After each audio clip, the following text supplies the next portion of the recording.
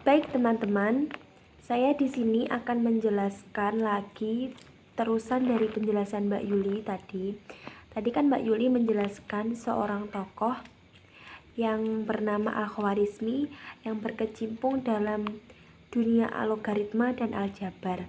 Nah, sekarang di sini saya akan menjelaskan dua tokoh, yaitu yang pertama Ibnu Sina dan yang kedua Ibnu Rushd. Yang pertama, Ibnu Sina.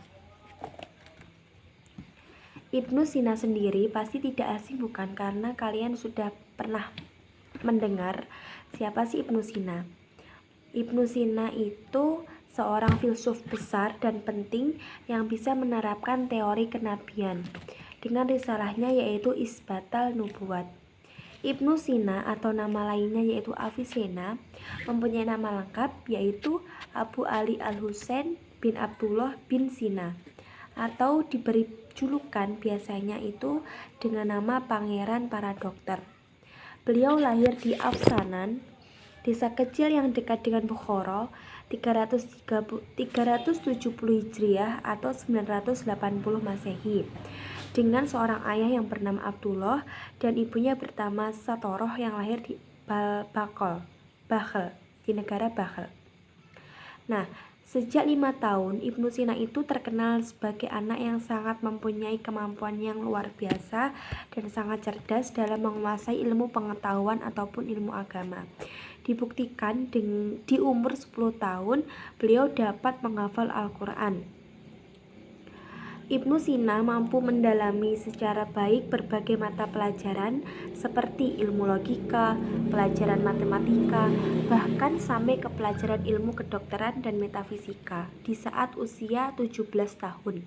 Nah, di saat usia 17 tahun ini, beliau melakukan eksperimen untuk mengobati salah satu sultan yang bernama Nabi Sultan Nuh bin Mansur. Nah, dalam metode eksperimen ini beliau mampu menyembuhkan itu, dan sebagai imbalannya Sultan Nuh bin Mansur ini memberikan kebebasan untuk Ibnu Sina membaca ribuan buku yang ada di koleksi perpustakaan Sultan Nuh bin Mansur. Lalu metode dakwah Ibnu Sina itu yaitu menggunakan metode pengalaman panca indera. Ibnu Sina ini menggunakan metode pengalaman karena diperankan sepenuhnya untuk meneliti gejala alam raya dan kejadian diri manusia, guna untuk mengukuhkan kebenaran tentang adanya Allah yang Maha Kuasa sebagai Sang Pencipta.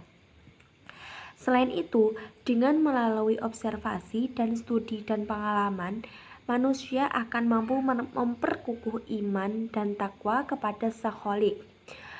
Beliau juga menggunakan rujukan Al-Quran dan Sunnah sebagai metode dakwahnya, karena Al-Quran juga dijelaskan di dalamnya banyak ilmu yang dituangkan seperti ilmu matematika, ilmu tumbuh-tumbuhan, ilmu komputer, tetapi yang lebih penting yaitu dengan melihat adanya jiwa dari ayat-ayat yang menghalangi kemajuan ilmu pengetahuan ataupun sebaliknya. Dari isi Al-Quran itu terdapat dua ayat, yaitu ayat kauniyah dan ayat qauliyah.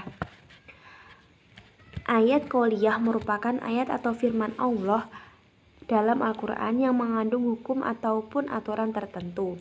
Sedangkan ayat kauniyah itu ayat yang menceritakan tentang kekuasaan dan kebesaran Allah dengan melalui tanda-tanda yang ada di alam semesta. Nah itu. Selain itu, Ibnu Sina pun juga menganut paham emanasi, yaitu teori emanasi Ibnu Sina hampir tidak berbeda dengan teori emanasi yang telah lebih didahulukan oleh Al-Farabi. Dari Tuhan memancarkan 10 akal. Yang pertama akal 1 sampai akal 10, 10 jiwa, 9 jiwa langit dan 1 jiwa bumi, dan 10 raga, 9 raga dan 1 raga bumi. Emanasi itu ialah akibat aktivitas seseorang untuk mengetahui ataupun berpikir secara mendalam. Nah, seperti itu ya, kecerdasan Ibnu Sina itu pun sudah diakui dunia. Beliau melakukan metode eksperimen itu tadi dengan menyembuhkan Sultan Nuh bin Mansur tersebut. Selain itu, Ibnu Sina pun juga berpengaruh dalam bidang pendidikan dengan memanfaatkan dakwahnya yaitu dalam metode mengajar. Beliau menggunakan metode talqin. Biasanya beliau digunakan untuk mengajarkan membaca Al-Quran. Selain metode talqin, menggunakan metode demonstrasi, yaitu untuk mengajarkan menulis Al-Quran bagi para peserta didiknya. Yang ketiga, metode pembiasaan dan teladan digunakan untuk mengajarkan akhlak kepada anak didik. Dan metode diskusi. Metode diskusi ini juga digunakan untuk mengajarkan pengetahuan yang bersifat rasional dan teoritis. Kemudian ada metode magang juga. Metode di sini digunakan dalam kegiatan pengajaran yang dilakukan dengan menggabungkan teori dan praktik. Jadi magang langsung di lapangan gitu. Metode penugasan itu juga digunakan sebagai pendidik untuk memberikan tugas tertentu agar peserta didik melakukan kegiatan belajar secara semaksimal mungkin. Dalam metode yang digunakan mampu mencapai relevasi dan tujuan pendidikan. Yang pertama, dalam menggunakan metode pengajaran, hendaklah memperhatikan bakat dan minat peserta didik. Yang kedua, dalam menggunakan metode pengajaran, hendaklah memperhatikan kesesuaian antara bidang studi dan metode yang diajarkan kepada subjek didik.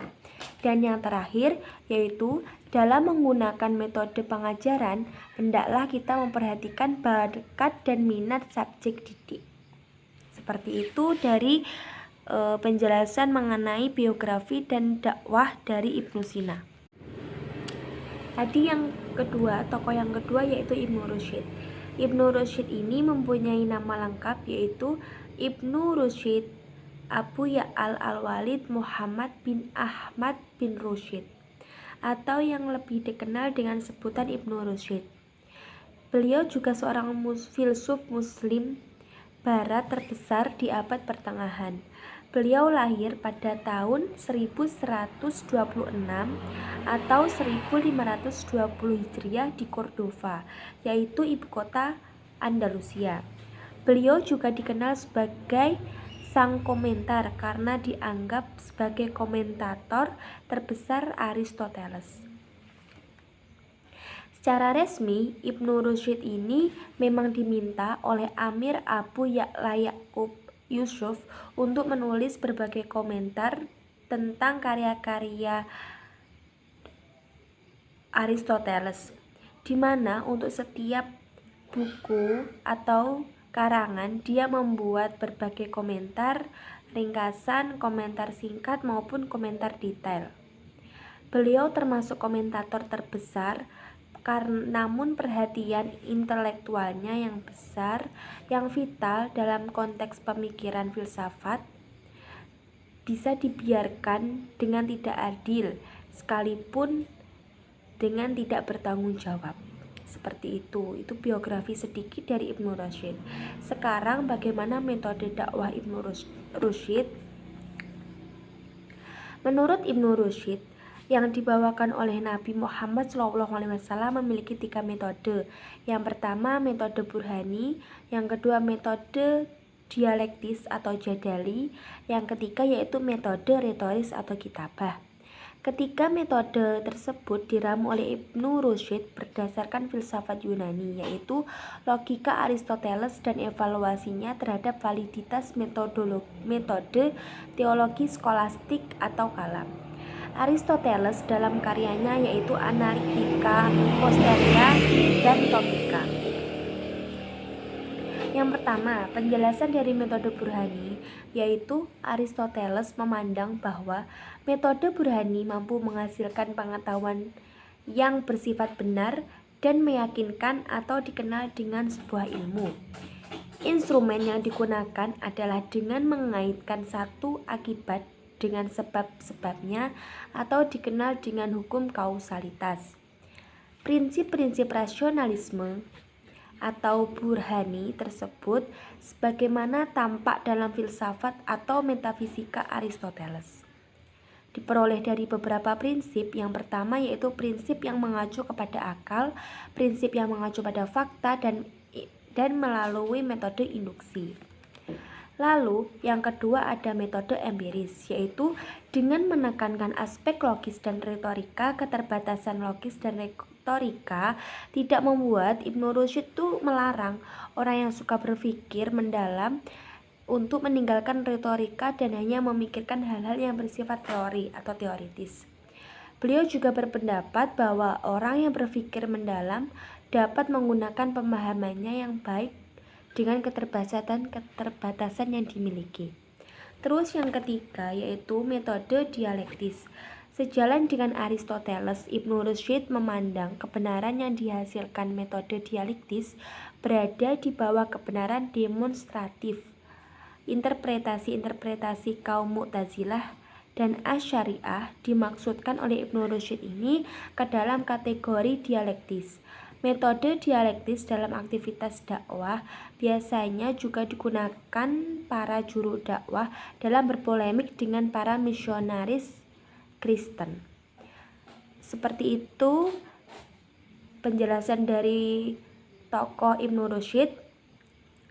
Sudah dijelaskan tadi mengenai Al-Khawarizmi, Ibnu Sina, dan terakhir ini Ibnu Rushd.